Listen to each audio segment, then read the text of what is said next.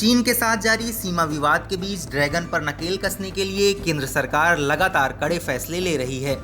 इसी कड़ी में केंद्र सरकार ने चीन समेत उन देशों के सार्वजनिक खरीद पर नियंत्रण लगा दिए हैं जिनकी सीमाएं भारत से लगती हैं। इन देशों की कोई फर्म सुरक्षा मंजूरी और एक विशेष समिति के साथ पंजीकरण के बाद ही निविदाएं भर सकेगी। 23 जुलाई को जारी एक बयान में कहा गया है कि सरकार ने सामान्य वित्तीय नियम 2017 को संशोधित किया है ताकि उन देशों से बोलीदाताओं पर नियंत्रण लगाया जा सके जिनकी सीमा भारत से लगती है। देश की रक्षा और सुरक्षा से जुड़े मामलों को ध्यान में रखते हुए ये कदम उठाया गया है। इसके तहत कुछ मामलों में छूट भी दी गई है।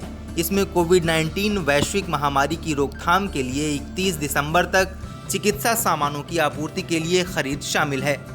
सरकार ने अलग आदेश में उन देशों को पूर्व पंजीकरण से छूट दी है जिन्हें भारत सरकार की तरफ से ऋण सुविधा या विकास संबंधी सहायता उपलब्ध कराई गई है। केंद्र ने राज्य के मुख्य सचिवों को इस संबंध में निर्देश जारी किया है। राज्य सरकारों की ओर से होने वाली सार्वजनिक खरीद के लिए भी मंजूरियां आवश्यक होंगी। आदेश में कहा गया है कि देश की रक्षा और सुरक्षा में राज्य सरकारों की अहम भूमिका है। इसको देखते हुए भारत सरकार ने राज्य सरकारों और राज्य उपक्रमों आदि द्वारा खरीद के मामलों में इस आदेश के क्रियान्वयन को लेकर संविधान के अनुच्छेद 357(1) का उपयोग करते हुए राज्य सरकारों के मुख्य सचिवों को पत्र लिखा है। इसी के साथ ही 59 चीनी मोबाइल ऐप्स को बैन करने के बाद सरकार ड्रैगन को ऐसे और झटके देने की तैयारी में है। Ministry of electronics and information technology ने कई मोबाइल ऐप्स को बैन करने का फैसला किया है जिनकी जड़ें चीन में हैं। इस मामले से जुड़े अधिकारियों ने यह जानकारी दी। अधिकारियों ने बताया कि Helo Lite, SHAREit Lite, Bigo Lite और VFY लाइट को गूगल प्ले स्टोर और एप्पल ऐप स्टोर से हटा दिया गया है।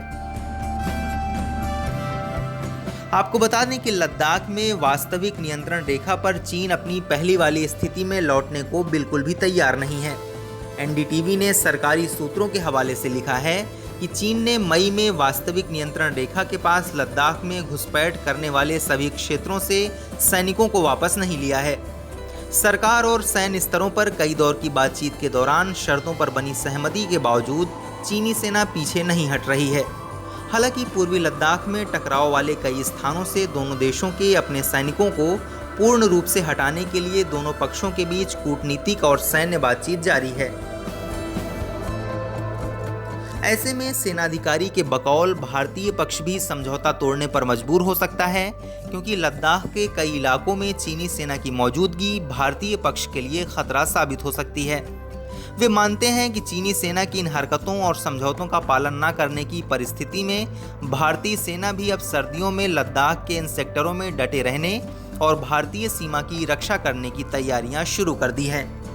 इस वीडियो में फिलहाल इतना ही। आप अपने सवाल और सुझाव हमें कमेंट करके बताइए। बाकी देश और दुनिया की ताज़ा तरीन खबरों की अपडेट्स के लिए हमारे चैनल लोकमत हिंदी को सब्सक्राइब कर लीजिए। अगर आप ये वीडियो फेसबुक पर देख रहे हैं तो हमारे पेज को लाइक और फॉलो कर लीजिए।